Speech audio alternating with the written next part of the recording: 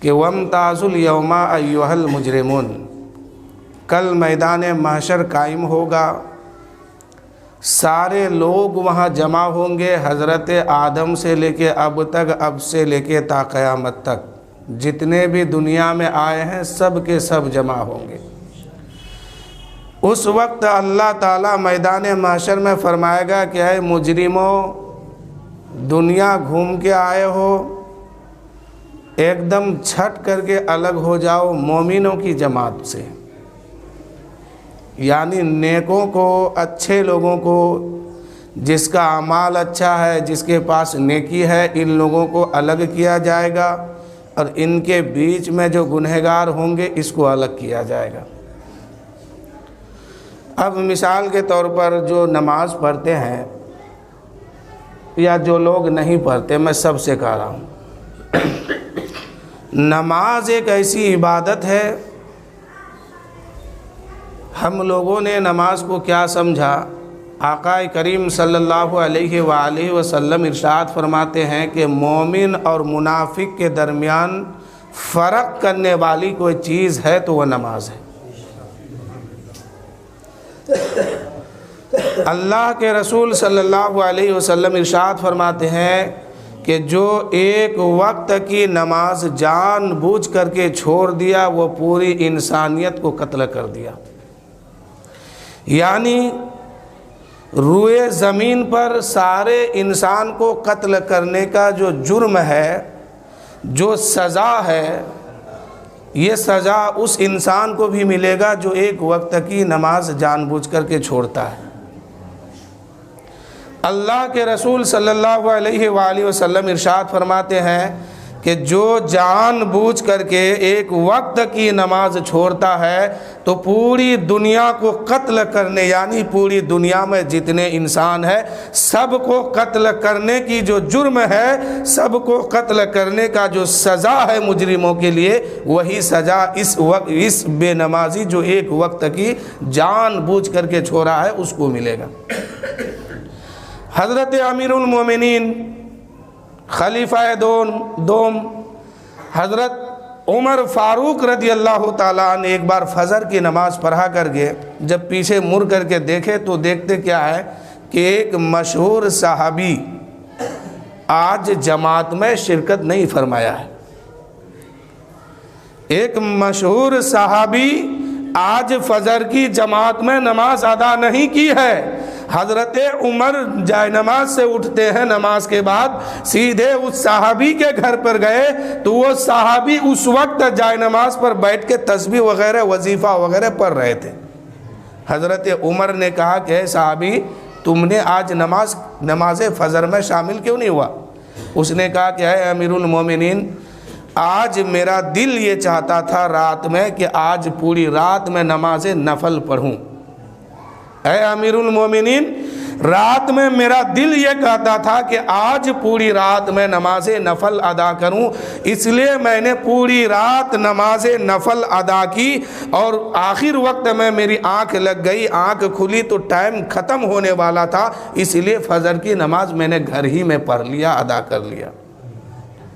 حضرت امیر المومنین غصے میں آ گئے۔ عمر فاروق غصے میں آ کے کہتے ہیں کہ اے صحابی سنو، اے شخص سنو، یہ جو تم پوری رات جاگ کر کے نفل نماز پڑھے ہو، اگر تم پوری رات سوئے رہتا اور فجر کی نماز جماعت سے پڑھ لیتا تو وہ تمہارے لیے افضل تھا، وہ تمہارے لیے افضل تھا۔ اب بات سامنے آ رہی ہے کہ فجر کی نماز پڑھنے کے لیے عشاء کی نماز پڑھ کے جلدی سویا کیجئے، کیونکہ آپ اگر وظیفہ میں لگیں گے تو یہ مستحب چیز ہے، فجر کی نماز غائب ہوگی تو پھر حدیث کے مطابق اگر فیصلہ ہو گیا تو پھر وہاں بچنا مشکل ہوگا۔ آقا کریم صلی اللہ علیہ وسلم کے فرمان کے مطابق جہنم کے اندر ایک جگہ ہے جس کو لملم کہا گیا، اس میں موٹے موٹے بچھو ہے اونٹ کی طرح۔ آج تک ہم لوگوں نے جو بچھو دیکھا ہے وہ انگلی بھر کا ہے یا انگوٹھا بھر کا ہے، ایک ہاتھ بھر کا ہے یا 2-4 فٹ کا ہے، اس سے بڑا نہیں دیکھے۔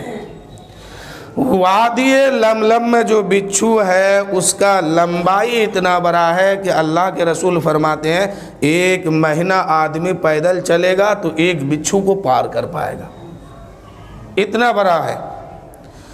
آقا کریم فرماتے ہیں کہ اس کے پاس جو ہے 70 ڈنک ہے، ایک منہ ہے 70 ڈنک ہے، اور ہر ڈنک میں ایک ایک زہر کا پڑیا ہے۔ اب جب انسان کو ایک بار ڈسے گا وہ بچھو تو 70 سال تک انسان کے جسم میں وہ بچھو کا ڈنک جو ہے، زہر جو ہے گھومتا رہے گا۔ اس حدیث کو حضرت خواجہ عثمان ہارونی بیان کرتے ہیں، اور خواجہ غریب نواز آگے لکھتے ہیں کہ جہنم کے اندر جو وادی لملم کو بنایا گیا ہے تو ایک دن میں خواجہ غریب نواز نقل فرماتے ہیں، ان کے پیر و مرشد حضرت خواجہ عثمان ہارونی بیان کرتے ہیں، آقا کریم فرماتے ہیں اور حضرت خواجہ غریب نواز نقل کرتے ہیں کہ وادی لملم ایک ایسی جگہ ہے جہنم میں کہ پورے جہنم جو ہے ایک دن میں اللہ کی بارگاہ میں 70,000 مرتبہ پناہ مانگتی ہے کہ اے اللہ اس وادی لملم سے تو مجھے نہ ملانا۔ پورا جہنم چاروں طرف سے اللہ کی بارگاہ میں ایک دن میں 70,000 مرتبہ یہی فریاد کرتے ہیں، یہی تمنا ظاہر کرتے ہیں، یہی آرزو لگاتے ہیں، اور یہی اپنی بات اللہ کے دربار میں پہنچاتے ہیں کہ اے مولا اس آگ سے تو نہ مجھے ملانا۔ ایک دن میں صبح سے شام تک 70,000 مرتبہ پناہ مانگتا ہے۔ صحابہ کرام نے جب اس بات کو سنا تو عرض کرنے لگے، یا رسول اللہ ذرا کرم فرمائیے، اے میرے آقا اتنے خطرناک آگ میں، اتنے خطرناک جہنم کے اس حصہ میں کس کو اللہ تعالیٰ ڈالے گا؟ اس میں کس کو ڈالے گا؟ وہ کون ہوگا؟ آقا کریم فرماتے ہیں جو انسان، جو مومن ایمان والے جان بوجھ کر کے ایک وقت کی نماز چھوڑے گا، اللہ تعالیٰ بروز محشر اسی لملم کی وادی میں اس انسان کو ڈالے گا۔ ذرا سوچئے، ہم اگربتی والی آگ برداشت نہیں کر سکتے، ایک مچھر کاٹ دے تو ہم برداشت نہیں کر پاتے ہیں، رات بھر نیند خراب ہو جاتی ہے، سگریٹ اگر پیا جائے، اگر اس کے ایک تنکا اگر گر جائے تو بدن جل جاتا ہے۔ اس جہنم میں جب انسان کو ڈالا جائے گا، وہ جہنم میں جانا ہی یہ سب سے بڑا عذاب ہے۔ جہنم کے اندر، دروازے کے اندر پیر رکھنا یہ سب سے بڑا عذاب ہے، لیکن جہنم خود جہنم ہو کر کے اس سے ایک دن میں 70,000 بار پناہ مانگتا ہے۔ تو اب ذرا سوچئے کہ اس آگ کا عالم کیا ہوگا، اور اس میں کوئی کفار و مشرکین یا یہود و نصرہ یا کوئی باطل فرقہ نہیں ڈالا جائے گا، اس میں صرف قوم مسلم کے لوگ ڈالے جائیں گے۔ جو لوگ ایمان لایا ہے اور سچے دل سے نماز نہیں پڑھتا ہے، جان بوجھ کر کے ہر نماز کو قضا کرتے جا رہا ہے، تو ایک نماز کے بدلے میں اس کو ایک بار ڈالا جائے گا، دوسرے نماز اس کا سزا مکمل ہوگا، پھر دوسرا سامنے آئے گا۔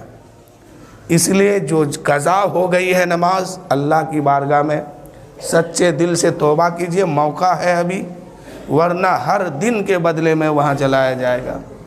اور ایسا نہیں ہے کہ ایک ٹائم کے بدلے میں ایک دن، آقا کریم فرماتے ہیں کہ ہزاروں لاکھوں کروڑوں برس تک ایک نماز کے بدلے میں انسان کو دوزخ میں جلایا جائے گا۔ آج ہم لوگ بس یہ سوچتے ہیں کہ ہم لوگ ایمان لے کے آئے، قوم مسلم میں پیدا ہو گئے، کلمہ پڑھ لے نبی کا، نبی ہماری شفاعت کر کے ہمیں جنت دے دیں گے، باقی لوگ جو ہے جہنم میں جائے گا۔ باقی لوگ کہاں جائے گا اس کی تو پتہ نہیں ہے، ہم لوگ کہاں جائیں گے؟ کیا نبی پر ہم سب کی شفاعت واجب یا فرض ہے کہ کربے کریں گے؟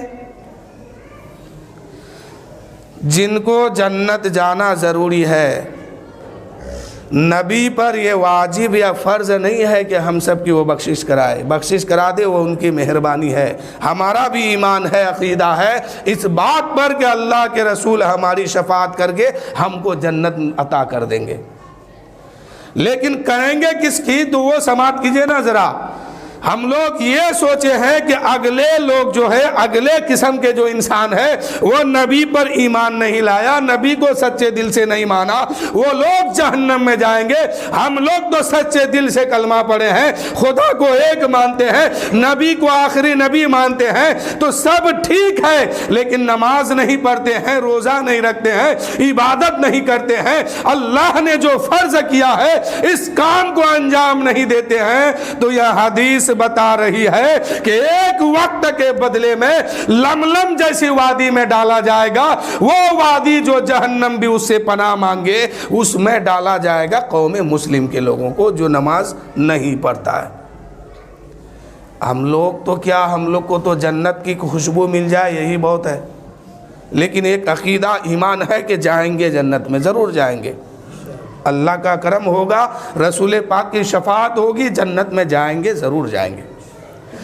لیکن جس کو یہ کہنے کا حق ہے کہ جنت میرے باپ کی ہے، ذرا جملہ سمجھیے، جس کو یہ کہنے کی حق ہے کہ جنت میرے باپ کی ہے، ان کا ذرا مرتبہ اور ان کا عالم دیکھیے، وہ حضرت سیدہ طیبہ طاہرہ عابدہ زاہدہ عالمہ مفتیہ فاضلہ، وہ جو ہے حضرت فاطمہ الزہرا، جن کا بیٹے کے طرح کائنات میں کسی کا بیٹا نہیں ہے، اور جن کا بیٹے کا امامت جو ہے اول وقت میں شروع ہے اور آخرت میں ختم، جب امامت کا مصلی ہوگا تو انہی کے بیٹے پر امام انہی کے بیٹے پر ہوگا۔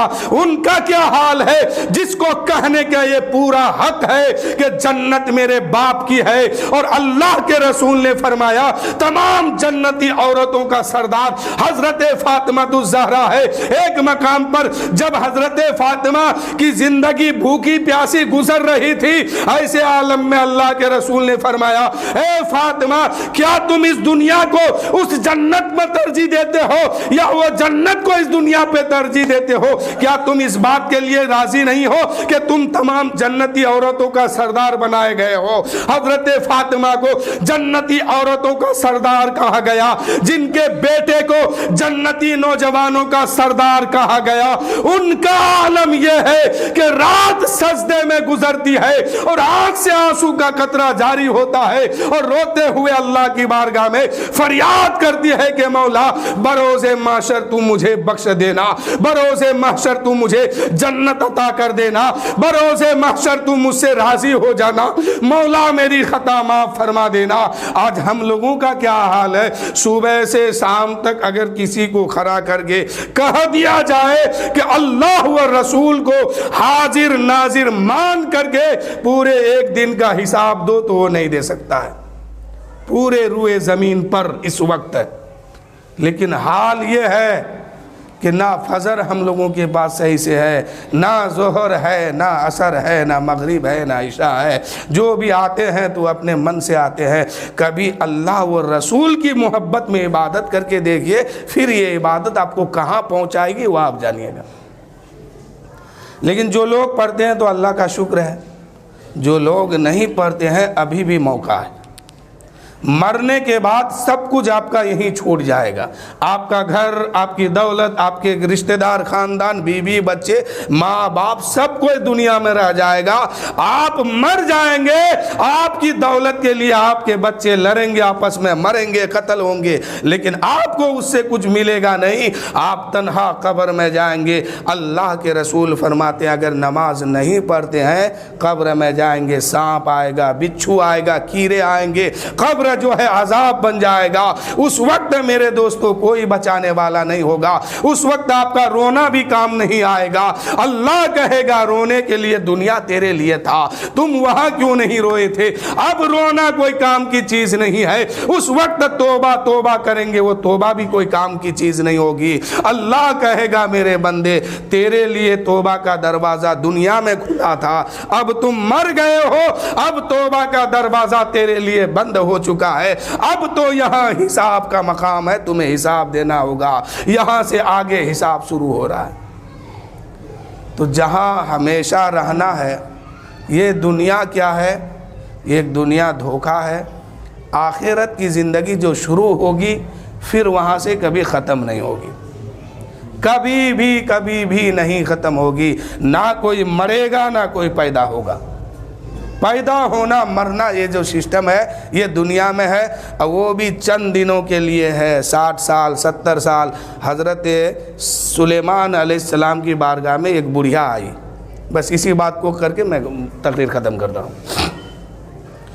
حضرت سلیمان علیہ السلام کی بارگاہ میں ایک بڑھیا آئی، روتے ہوئے کہنے لگی، اے اللہ کے نبی میرا بیٹا انتقال کر گیا، کچھ کیجئے نا۔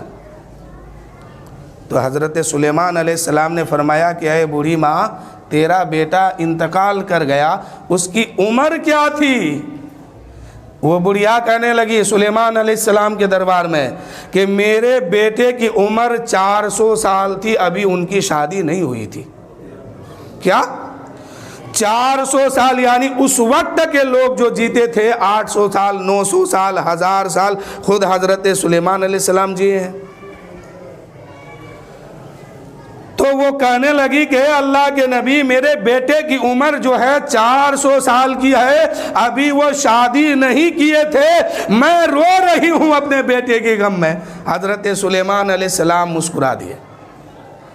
بڑھیا کہنے لگی ہے اللہ کے نبی میرا بیٹا انتقال کیا ہے، میرا بیٹا مر گیا ہے اور آپ مسکرا رہے ہیں۔ حضرت سلیمان علیہ السلام نے فرمایا اے بوڑھی ماں سنو، تیرا بیٹا تو دنیا میں آ کے 400 سال رہا نا، ایک دور اسی دنیا میں ایسا آئے گا، ایسے لوگ پیدا ہوں گے کہ اس کی عمر بچپن سے لے کے بوڑھا تک بمشکل 60 سال 70 سال 80 سال 100 سال 200 سال اس کے نیچے ہی ہے۔ اس کی عمر 100 سال سے نیچے ہوگی، 200 سال سے نیچے ہوگی، بمشکل 50 سال 60 سال 70 سال ہوگی۔ حضرت وہ بڑھیا پھر ہنسنے لگی، اب بیٹے کا غم بھول گئی، بیٹا کو مرا ہوا بیٹا کو چھوڑ کے آئی ہے، اب بیٹے کے غم کو بھول جاتی ہے اور وہ بڑھیا ہنسنے لگی۔ حضرت سلیمان علیہ السلام کہنے لگے اے بوڑھی ماں تیرا بیٹا نے انتقال کیا ہے، ابھی تو رو رہی تھی ابھی ہنس رہی ہے، ماجرا کیا ہے؟ وہ بوڑھی ماں کہنے لگی ہے اللہ کے نبی تب تو ان لوگوں کو گھر بنانے کی کوئی ضرورت نہیں پڑے گی، ان کو گھر بنانے کی ضرورت نہیں پڑے گی، وہ لوگ تو پیڑ پودے میں لٹک کر کے اپنی زندگی پار کر لیں گے۔ حضرت سلیمان علیہ السلام نے فرمایا وہ کیوں؟ تو وہ ضعیفہ کہنے لگے 50 سال 60 سال 70 سال 80 سال زندگی ملے، وہ گھر بنا کے کیا کرے گا، وہ محل بنا کے کیا کرے گا؟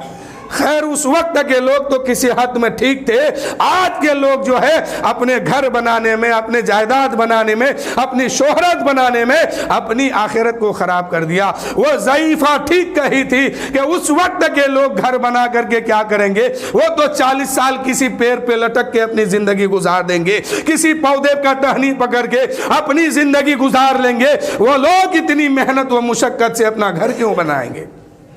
لیکن یہی لوگ آج اپنے گھر بنانے کے چکر میں اپنی آخرت خراب کر بیٹھا۔ میرے بھائی میں جو کہہ رہا ہوں ہو سکتا آپ کو غصہ لگے برا لگے، لیکن سچائی آپ کے ساتھ یہی ہونے والا ہے۔ جب تک آپ زندہ ہے جسم میں طاقت ہے جو چاہیے کر لیجئے، جو ہی آنکھ بند ہوگی نا تو پھر وہاں یہ حال ہوگا کہ یہاں کی ہر ایک بات یاد آنے لگے گی۔ اللہ کے رسول فرماتے ہیں کہ میت کو نہلانے کے لیے کچھ لوگ کہتے ہیں نا ہم مر جائیں گے سر جائیں گے ختم ہو جائیں گے، کیا ہوگا؟ اللہ کے نبی فرماتے ہیں میت کو غسل دلانے کے لیے اس کے ہاتھ کو ادھر سے ادھر کر رہے ہو نا، اس کے کروٹ کو ادھر سے ادھر کر رہے ہو نا، وہ میت چیختی ہے چلاتی ہے اور کہتی ہے او مجھے غسل دلانے والے ذرا دھیرے کرو، مجھے بہت درد ہو رہا ہے، مجھے بہت تکلیف ہو رہی ہے، میں بہت پریشانی میں ہوں، تمہارا ہاتھ لگتا ہے تو مجھے ایسا لگتا ہے کہ میرے بدن کو کوئی آری سے چیر رہا ہے۔ یہ تو دنیا کا حال ہے۔ قبر میں جائیں گے، جب قبر دبائے گی اس وقت کیا حال ہوگا، جب بچھو آ کے ڈسیں گے اس وقت کیا حال ہوگا۔ سوچتے ہیں کہ مر جائیں گے ختم ہو جائیں گے، نہیں نہیں، مرنے کے بعد انسان کے جسم کے ساتھ جو درد ہے اس کا معاملہ 4 گنا بڑھ جاتا ہے۔